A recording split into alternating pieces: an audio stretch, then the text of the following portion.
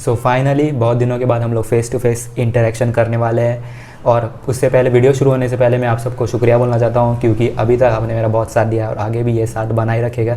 तो चलिए बात करते हैं आज की वीडियो के बारे में। तो कुछ दिनों पहले नहीं, बहुत दिनों पहले हम एक सीरीज़ पर वीडियो बना रहे थे, और जिस सीरीज़ के बारे में आप सोच रहे हो उस सीरीज़ के बारे में बात नहीं कर रहा। मैं बात कर रहा हूँ उस सीरीज़ के बारे में जिसका पहला वीडियो था जी लोकोमोटिव्स के ऊपर, WDG 4G और WDG 6G लोकोमोटिव के ऊपर हमने पहले वीडियो में बात किया था विस्तार से। और दूसरे वीडियो का नाम था WAG 11 और WAG C3। तो उस वीडियो में भी हमने WAG 11 और WAG C3 के बारे में बात किया था, पर दो लोकोमोटिव ऐसे बच गए थे जिन पर हमें बात करना था। तो आज हम इस वीडियो में उनके बारे में बात करेंगे। तो हम बात करने वाले हैं WDAP5 और WCS shunting dual mode shunting locomotive के बारे में। अगर आपको 4 लोकोमोटिव जो मैंने पहले आपको बताया उसके बारे में जानकारी चाहिए तो ऊपर दिए गए आई बटन में क्लिक कीजिए। ऑलरेडी मैंने वीडियो बना रखी है, आप वो वीडियो जाके देख सकते हो। पर शुरुआत करने से पहले मैं आपको बताना चाहता हूँ कि ऑलरेडी बहुत सारे ट्रेन्स के टाइमिंग्स और टाइम टेबल बदल चुके हैं। तो इसीलिए यात्रा करने से पहले अपने ट्रेन्स की टाइमिंग्स को ज़रा एक बार चेक कर लीजिएगा। आप नए टाइम टेबल के बारे में www.indianrail.gov.in पर भी जाके चेक कर सकते हो, या फिर सबसे अच्छा रहेगा कि आप NTES ऐप डाउनलोड कर लें अपने मोबाइल में। आप NTES ऐप पर बड़े आसानी से अपने ट्रेन की टाइमिंग्स और टाइम टेबल को चेक कर सकते हो। अच्छा सुनो, सब्सक्राइब करते वक्त घंटी बजा देना ताकि प्लेटफॉर्म पे आने वाली नई ट्रेन मिस ना हो। चलिए शुरू करते हैं और बात करते हैं भारतीय रेलवे के पहले ड्यूअल ट्रैक्शन लोकोमोटिव WDAP5 के बारे में। तो आप में से बहुत लोगों को पता होगा कि काजीपेट लोकोशेड को ये लोकोमोटिव मिलने वाला है। पर ऐसा क्यों है कि काजीपेट लोकोशेड यानी साउथ सेंट्रल रेलवे को ही ये पहला लोकोमोटिव मिलने जा रहा है? तो इसके बारे में हम आगे बात करेंगे। पर अगर आपको इसके बारे में पता है कि काजीपेट लोकोशेड को ये लोकोमोटिव क्यों दिया जा रहा है तो कॉमेंट करके बताइए। उससे पहले हम ये जान लेते हैं, इस लोकोमोटिव के बारे में जान लेते हैं। तो जैसा कि आप सबको पता है कि भारतीय रेलवे में ऑलरेडी इलेक्ट्रिफिकेशन काम चल रहा है। अभी इलेक्ट्रिफिकेशन काम खत्म होने का टाइम है।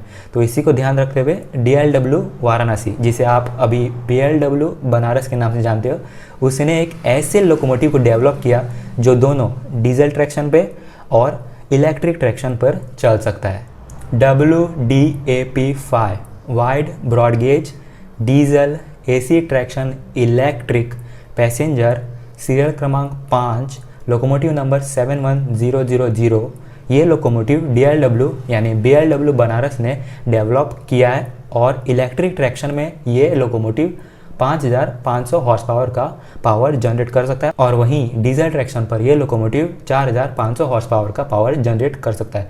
तो एवरेज आप मान सकते हो कि ये लोकोमोटिव 5000 हॉर्स पावर का पावर जनरेट कर सकता है। अगर आप इस लोकोमोटिव को ध्यान से देखोगे तो आपको ये WDP4D की तरह दिखाई देगा। तो आप एकदम सही हो, ये लोकोमोटिव एक WDP4D EMD लोकोमोटिव ही है।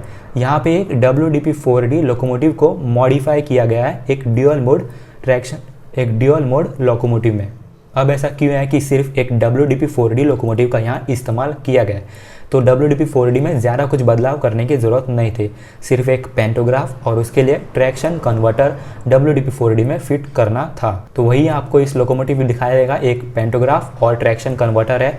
और इसी के साथ यहाँ पर जो भी इक्विपमेंट्स है लोकोमोटिव के अंदर, उनको स्टील की जगह स्टेनलेस स्टील से बनाया गया है, जिससे कि वजन हल्का हो।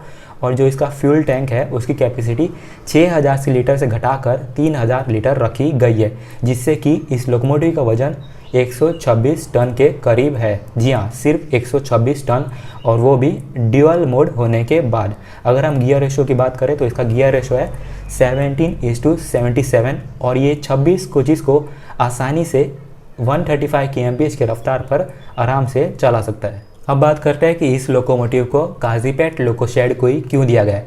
तो काजीपेट लोकोशेड उन चुनिंदा जगहों में से एक है जहां डीजल और इलेक्ट्रिसिटी दोनों लोकोमोटिव्स का मेंटेनेंस किया जाता है। बहुत लोगों का तो ये भी कहना है कि इस लोकोमोटिव को कोंकण रेलवे को देना चाहिए, क्योंकि वहाँ भी इलेक्ट्रिफिकेशन काम हो जाएगा, पर पहले चरण का ही काम होगा। पर अभी इस लोकोमोटिव को साउथ सेंट्रल रेलवे को दिया गया है, क्योंकि वहाँ पे सिकंदराबाद, मुंबई और सिकंदराबाद, पुणे के बीच इस लोकोमोटिव का इस्तेमाल किया जाएगा, क्योंकि अभी भी दाऊदवाड़ी के बीच इलेक्ट्रिफिकेशन काम बाकी है। अभी वहाँ पर diesel on top of electric इस टेक्नोलॉजी का इस्तेमाल किया जा रहा है, जहाँ पे 2 लोकोमोटिव की ज़रूरत पड़ती है। तो जब ये ड्यूअल मोड लोकोमोटिव आ जाएगा तो सिर्फ एक ही लोकोमोटिव की ज़रूरत पड़ेगी। और कहा जा रहा है कि परली, औरंगाबाद और शिरडी तक जाने वाली ट्रेन में भी इसका इस्तेमाल किया जाएगा। तो इस लोकोमोटिव की वजह से लोकोमोटिव का कम इस्तेमाल होगा, फ्यूल की भी बचत होगी, पैसे की भी बचत होगी और साथ ही में ये लोकोमोटिव आपात स्थिति में भी आपकी मदद कर सकता है। और अगर हम बात करें कि अभी ये लोकोमोटिव कहाँ है, तो मुझे लगता है कि अभी ये लोकोमोटिव नॉर्थ साइड में ही है, यानी हो सकता है कि बनारस में हो ये लोकोमोटिव, पर मैं गारंटी नहीं हूँ कि बनारस में ही है ये लोकोमोटिव। पर ये बात मैं 100% बोल सकता हूँ कि ये लोकोमोटिव अभी तक साउथ सेंट्रल रेलवे को नहीं मिला है, अभी भी मिलना बाकी है। मैंने वहाँ के RF से बात किया साउथ सेंट्रल रेलवे के, तो उन्होंने बताया कि अभी तक ये लोकोमोटिव काजीपेट लोको शेड नहीं पहुँचा है। चलिए अब बात करते हैं ड्यूअल मोड शंटर लोकोमोटिव्स के बारे में। तो पहले हम बात करेंगे जबलपुर डिवीज़न के नवदूत के बारे में, उसके बाद हम बात करेंगे सदर्न रेलवे के पशुमय लोकोमोटिव के बारे में। तो जैसा कि आप सबको पता होगा कि भारतीय रेलवे लगातार डीजल लोकोमोटिव्स पर से अपनी निर्भरता कम कर रही है और इसी को ध्यान में रखते हुए भारतीय रेलवे को डीजल शंटर्स का भी एक अल्टरनेट चाहिए। तो यहाँ पर ड्यूअल मोड शंटर्स डीजल शंटर्स का एक बहुत अच्छा अल्टरनेट हो सकते हैं भारतीय रेलवे के लिए। कटनी WCS नवदूत, ये लोकोमोटिव एक ड्यूअल मोड लोकोमोटिव है जिसमें फुल AC कैब से 12,000 हॉर्स पावर का ये लोकोमोटिव पावर जनरेट कर सकता है और ये दोनों ट्रैक्शन यानी बैटरी पे भी चल सकता है और AC ट्रैक्शन यानी इलेक्ट्रिसिटी पे भी ये लोकोमोटिव आराम से चल सकता है। और इस लोकोमोटिव में 3.6 वोल्ट्स के NICD सेल्स को सीरीज़ में अरेंज किया गया है जिससे कि ये सेल ज़्यादा वोल्टेज जनरेट कर सकते हैं। इन लोकोमोटिव का इस्तेमाल खासकर मेंटेनेंस यार्ड में किया जाता है जहाँ पर कोई OHE केबल्स नहीं होते, यानी कहाँ वहाँ इलेक्ट्रिक के तार नहीं होते हैं, वहाँ लोकोमोटिव्स का इस्तेमाल बैटरी मोड में किया जाता है और जैसे ही ये मेंटेनेंस यार्ड से बाहर आते हैं वैसे ही ये तारों के नीचे आ जाते हैं, तो ये इलेक्ट्रिक मोड में ऑटोमेटिकली शिफ्ट हो जाते हैं, यानी इलेक्ट्रिक ट्रैक्शन पर ये लोकोमोटिव चलना शुरू हो जाते हैं। ड्यूअल मोड शंटिंग लोकोमोटिव पशुमय, इस लोकोमोटिव को सदर्न रेलवे ने डेवलप किया है और ये लोकोमोटिव भी दोनों ट्रैक्शन पर चल सकता है, यानी ये बैटरी और साथ ही साथ AC ट्रैक्शन इलेक्ट्रिसिटी पर ये लोकोमोटिव चल सकता है। यहाँ पर एक WAG5HA लोकोमोटिव को मॉडिफाई किया गया है एक ड्यूअल शंटर लोकोमोटिव में और यही काम हमारी भारतीय रेलवे कर रही है। जो भी WAG सीरीज़ के लोकोमोटिव्स है जो पुराने हो गए हैं उनको अभी मॉडिफाई किया जा रहा है ड्यूअल मोड शंटर लोकोमोटिव्स में। और पशुमय की बात करें तो ये लोकोमोटिव लगातार बैटरी मोड में 4 घंटे शंटिंग ड्यूटी कर सकता है और इसकी टॉप शंटिंग स्पीड है 15 kmph। तो भारतीय रेलवेज के लिए दोनों लोकोमोटिव्स WDAP5 और WCS लोकोमोटिव्स जो कि ड्यूअल शंटर लोकोमोटिव्स है, इनकी बहुत ज़्यादा ज़रूरत है क्योंकि अभी भी इलेक्ट्रिसिटी का काम बचा हुआ है, बहुत काम किया जाएगा और हमें देखना होगा कि आगे चल के और नए लोकोमोटिव्स कौन से शेड्स को या फिर कौन से जोन्स को दिए जाते हैं।